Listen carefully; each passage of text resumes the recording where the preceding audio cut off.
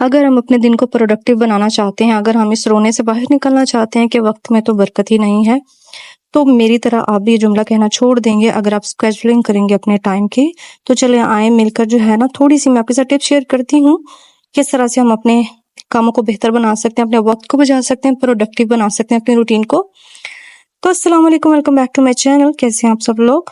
तो यहाँ पे सबसे पहले जो है ना, उठते ही मैं जो काम करती हूँ, जो कॉटन वाले कपड़े होते हैं ना, उनको मैं इस तरह से नम लगा के रख देती हूँ, क्योंकि ये भी थोड़ा सा टाइम टेकिंग प्रोसेस होता है। इनको पहले नम लगा के तकरीबन 1 घंटे के लिए या 2 घंटे के लिए छोड़ देना होता है। तो मैं क्या करती हूँ, सुबह जब अपने जो है नाश्ते वाश्ते से फारिग हो जाती हूँ, तो उसके बाद जो इस तरह वाले कपड़े होते हैं उनको नम लगा के मैं शॉपिंग बैग में डाल के रख देती हूँ। और मेरे बाकी जो काम होते हैं उनको निपटाने के बाद मैं आके इनको फौरन से प्रेस कर लेती हूँ। तो फिर मुझे वेट नहीं करना पड़ता कि जी अभी नम लगाई है, अभी ये सॉफ्ट होंगे तो फिर मैं इनको प्रेस करूंगी, क्योंकि नम लगाए बगैर ये प्रेस नहीं होते। तो इस तरह से आपने स्केजुलिंग करनी है कि हमारा टाइम वेस्ट ना हो, एक के बाद एक दूसरे की काम की रूटीन बनाए। और बेहतर यह है कि आप एक दिन पहले अपने दिन को डिजाइन करें। अब मैं इसको शॉपिंग बैग को साइड पे रख दूंगी और उतने देर में अपने बाकी काम निपटा लूंगी जब तक ये सॉफ्ट हो जाएगा। तो इस तरह से बाकी जो काम है उनका आप कोशिश करें कि डेली की बेस पे ना अपने कुछ रूटीन बनाने को, मैंने डेली की बेस पे हाथों हाथ ये वाले काम फौरन के फौरन करने हैं। तो सबसे पहले तो हम अपने अगर बेडरूम में आ रहे हैं तो सबसे पहले अपना अपना बेडशीट ठीक कर लेना, तो आपका पूरा रूम नीट हो जाता है, इससे पूरा रूम की लुक ही बदल जाती है। लेकिन अगर बेडशीट खराब हो तो पूरा रूम जो है वो मैसी लगता है। तो सबसे पहले जब आप क्लीनिंग स्टार्ट करें तो सबसे पहले आप अपने बेडरूम की बेडशीट ठीक कर लिया करें, अपने फर्नीचर की डस्टिंग कर लिया करें। और ये काम जो है ना, ये आप बस 2 से 3 मिनट में निपटा लिया करें हर सूरत में। तो हम जितना अपने आप को आदत डालेंगे ना एक्टिव रहने की, उतने ही ज्यादा हम एक्टिव रहेंगे। और अगर हम अपने आप को लेजीनेस से बाहर नहीं निकालेंगे, अगर हम खुद कोशिश नहीं करेंगे, तो हम सारी जिंदगी लेजीनेस से बाहर नहीं निकल सकते। मुझे एक बड़ी जबरदस्त बात याद आई है। एक मोटिवेशनल स्पीकर है, वो कहते हैं, मुझे एक बंदे की कॉल आई तो वो कहता है मेरे रूम की डस्टबिन जो है ना वो फुल रहती है, तो वो मुझसे खाली नहीं होती, वो बहुत मैसी लगता है रूम। तो जो मोटिवेशनल स्पीकर है उन्होंने कहा कि भाई खाली नहीं कर वो होती डस्टबिन, मैसी लगता है रूम, डस्टबिन भरी रहती है, तो भाई उसको खाली करो, सुस्ती दूर करो, उसको खाली करो, यही हल है। तो हमें भी अपने आप को बेहतर बनाने के लिए कोशिश करनी है। साथ के साथ ही रूम की डस्टिंग भी कर लीजिए और ये 2 से 3 मिनट में काम डन कर लीजिए अपना, क्योंकि बहुत सारे काम होते हैं जो 2-2 3-3 मिनट के मोहताज होते हैं। इतना टाइम उनके लिए काफी होता है। अगर हम इतना टाइम उनको दे दें तो वो डन हो जाते हैं और इसके बाद हम दूसरे काम को पकड़ सकते हैं। एक दिन पहले अगर आपने दिन डिजाइन किया होगा ना, बिलीव में आपका दिन इतना प्रोडक्टिव होगा। और जो लोग कहते हैं ना हमारा ये काम नहीं हुआ, हमारा वो काम नहीं हुआ, हमने ये करना था, हमें टाइम नहीं मिला, ये सब बातें आप भी कहना छोड़ देंगे मेरी तरह। अगर आप किचन में आए तो किचन में भी आप बहुत सारे काम एट अ टाइम कर सकते हैं। आप चूल्हे पे हांडी चढ़ा के ना साथ में बहुत सारे कामों को मैनेज कर सकते हैं। जैसे किचन टूल्स जो हैं, छलनी हो गई, इस तरह के जो बीटर वगैरह होते हैं, इनको हफ्ते 10 दिन के बाद वॉश करते रहना चाहिए, क्योंकि बहुत ज्यादा इनके अंदर मैल कुचैल फंस जाती है।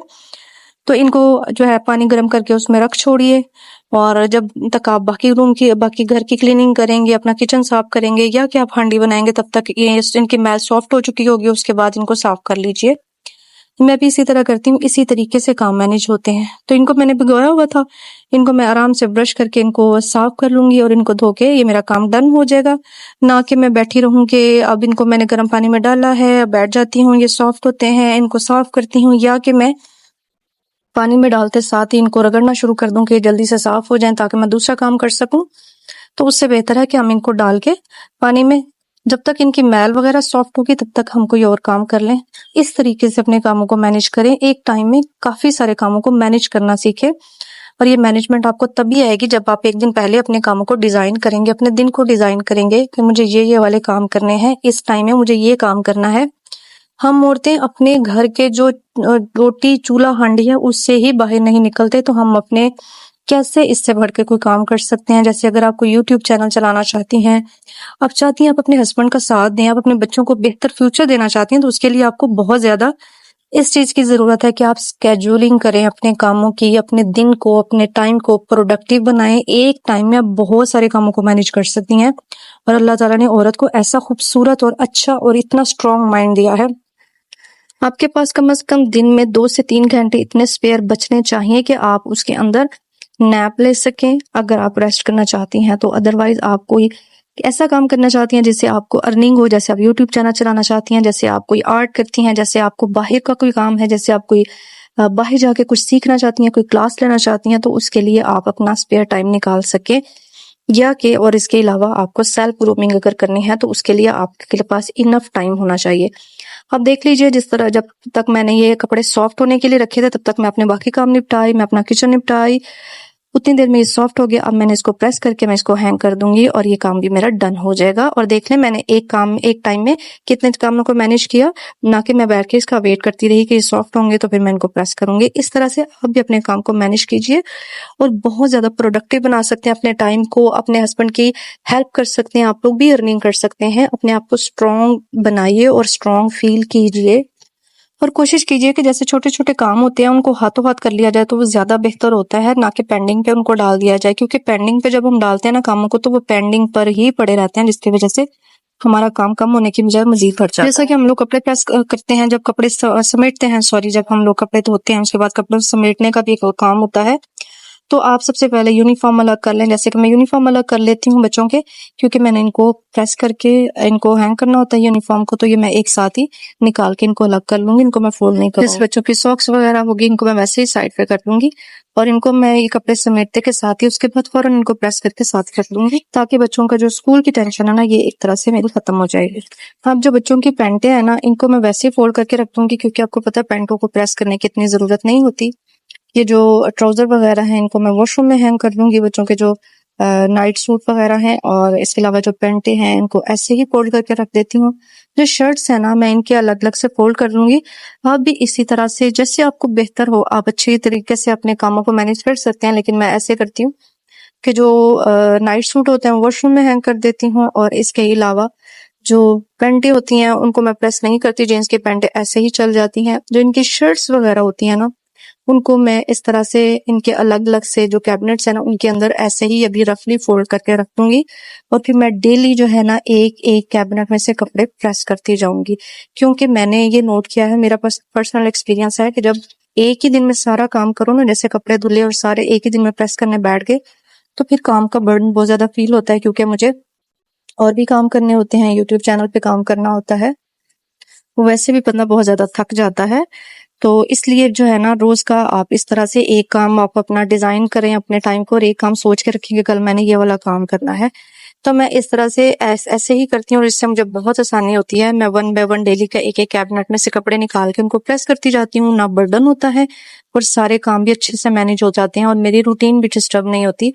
मैंने बाज लेडीज को देखा है वो क्या करती हैं, एक दिन बस कपड़े धोने हैं, एक दिन बस जो है वो प्रेस करने हैं, उस दिन जो है वो कोई सफाई नहीं, उस दिन कोई जो है वो खाना नहीं बनेगा, और इस दिन जो फ्रीज किए हुए सालन होंगे वो चलेंगे। तो इस तरीके से ना रूटीन डिस्टर्ब होती है।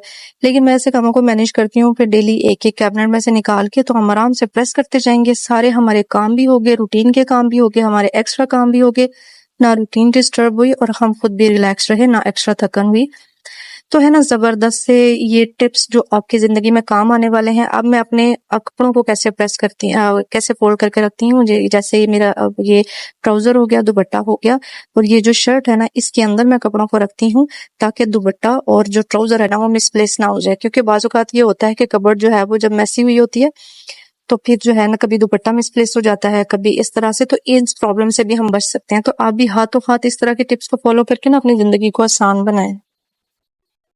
और जो कपड़े प्रेस होने वाले नहीं है उनको फौरन जो है वो हैंग कर देंगे। जैसे ये मेरी बेटी का फ्रॉक है, इसको प्रेस करने की जरूरत नहीं होती है, इसका स्टफ ही ऐसा है, इसको मैं फौरन हैंग कर दूंगी। तो ये सारे काम करने में हमें 1-1 2-2 मिनट या मैक्सिमम 3 मिनट ही रिक्वायर्ड है, इससे ज्यादा का काम टाइम रिक्वायर्ड नहीं है। जैसे ये फ्रॉक हैंग करने में मुझे कितना टाइम लगा होगा। और फिर इस तरह के जब आप बेडशीट को फोल्ड करें तो उसकी भी आपको टिप देती हूँ। अगर हम इस तरह के काम जो है ना वो इन टाइम अच्छे तरीके से फौरन के फौरन करेंगे ना, तो यकीन करें हमारी टाइम सेविंग होगी और हम परेशानी से भी बचे रहेंगे। अब देख लें, हम जब बेडशीट को फोल्ड करेंगे ना तो मैं एक पिलो कवर को इस तरह फोल्ड करती हूँ, लेकिन दूसरे पिलो कवर को, और फिर ये देखिए को चीज आपको दिखाऊं कि मैंने इस तरह से अपनी बेडशीट के ऊपर ना चारों कोनों पे इस तरह से इलास्टिक्स लगाए होते हैं। इसकी वजह से बेडशीट इतने जबरदस्त तरीके से मैट्रेस के ऊपर फिक्स होती है ना कि ये हिलाओ भी हिलती नहीं है, ना बेडशीट खराब होती है, ना बार बार बच्चों को डांटना पड़ता है, और जो है ना सारा दिन बेड जो है ना अच्छे से बना रहता है। अगर आपको इसके भी टिप चाहिए होगी तो आप कि किस तरह से मैंने फिक्स किए हैं तो ये मुझे कमेंट बॉक्स में जरूर बताइएगा, मैं आपके साथ जरूर शेयर करूंगी। तो इसके अलावा देखिएगा मैं इस तरह बेडशीट को फोल्ड करती हूँ और एक पिलो कवर को फोल्ड करती हूँ, और जो दूसरा पिलो कवर है ना उसको मैं फोल्ड नहीं करती, बल्कि मैं इस बेडशीट को और जो एक पिलो कवर फोल्ड किया हुआ है उसको इसके अंदर डाल देती हूँ, और फिर उसके बाद मैं इसको अंदर जो है ना बाकी कपड़ा इसके अंदर कर दें या नीचे की तरफ फोल्ड कर दें, एज यू विश। चाहे इसी तरह डबल इसकी तह लगा लें, चाहे ट्रिपल तह लगा लें, ये आप मर्जी पे डिपेंड करता है, या आपकी जो स्पेस है जहाँ पे आपने रखना है उस पर डिपेंड करता है। तो ये देखें ना पिलो कवर घूमता है। बाज़-औक़ात ये होता है कि फिर जो है ना अगर इस तरह आड़ा तिरछा करके इनको पिलोज को अलग अलग फोल्ड करके रखा हो तो बाज़-औक़ात एक पिलो इधर उधर हो जाता है। तो आप इस परेशानी से भी बचे रहते हैं, और ये सारे काम आपको हाथों के हाथ करने होते हैं। इनको फोल्ड करने के साथ ही आप ये काम अगर कर लेंगे तो आपकी मुश्किल बहुत ज्यादा आसान हो जाएगी, और ये काम बहुत ज्यादा टाइम भी नहीं लेते हैं।